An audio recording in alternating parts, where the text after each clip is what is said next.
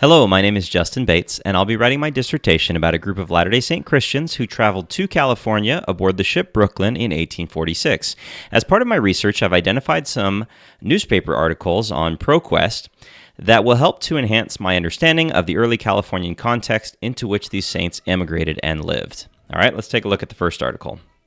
The first article is Seizure and Execution of Whitaker and Mackenzie by the Vigilance Committee, and this is originally published in the Alta California, subsequently republished in the New York Daily Times. In terms of content, the article describes in vivid detail the 1851 San Francisco Vigilance Committee's extralegal activities related to Samuel Whitaker and Robert Mackenzie. Namely, that within about an hour on August 24th, 1851, this committee, in other words, kind of a mob, really, forcibly rescued the men out of the county jail, that's their words, rescued, took them to their headquarters, determined their crimes worthy of death, and had them executed simultaneously by hanging in the committee's chambers. Now, Sam Brannan, who was the leader of the Brooklyn Saints, was also a primary leader in the Vigilance Committee. In terms of sources, this appears to be a reprint of an article that was in the Alta California. In terms of methodology, the information is meticulously presented, even noting the time for each event that takes place in this afternoon. It is delivered in a largely narrative style and is favorable to the Vigilance Committee, using language such as rescued instead of kidnapped. The value for my research is in learning more about the activities of the Vigilance Committee, of which Samuel Brannan was a leading member, and their impact on the development of political, legislative, and law enforcement institutions and practices in the early Bay Area. I may turn this into its own chapter as part of my dissertation. The second article is called California Immigration of Criminals, and it's also posted in the New York Daily Times. The sources and methodology, the author is unnamed, but he is a correspondent out of California who wrote a letter for the New York Daily Times about contemporary political and social climate in 1852 in California. While there are some narrative elements, it is largely first-person perspective on the climate of the era.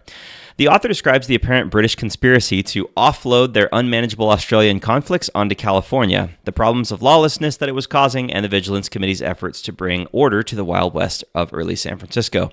He also dispels some rumors about the violent nature of most of the saints in California, but has some harsh things to say about Brigham Young and his people in the Great Basin, mostly having to do with Young's politics, and apparent refusal to be governed, as well as his allying himself with Native Americans. In terms of the use in my research, it will be describing the lawless climate of the era, as well as the non-Latter-day Saint perspective on the Vigilance Committee in particular, and the saints in California in general, especially compared to the Utah saints. The last article is called Further from Central America, California, the Pacific, Utah Territory, and so on. It's basically summarizing a lot of different news happening in the Americas.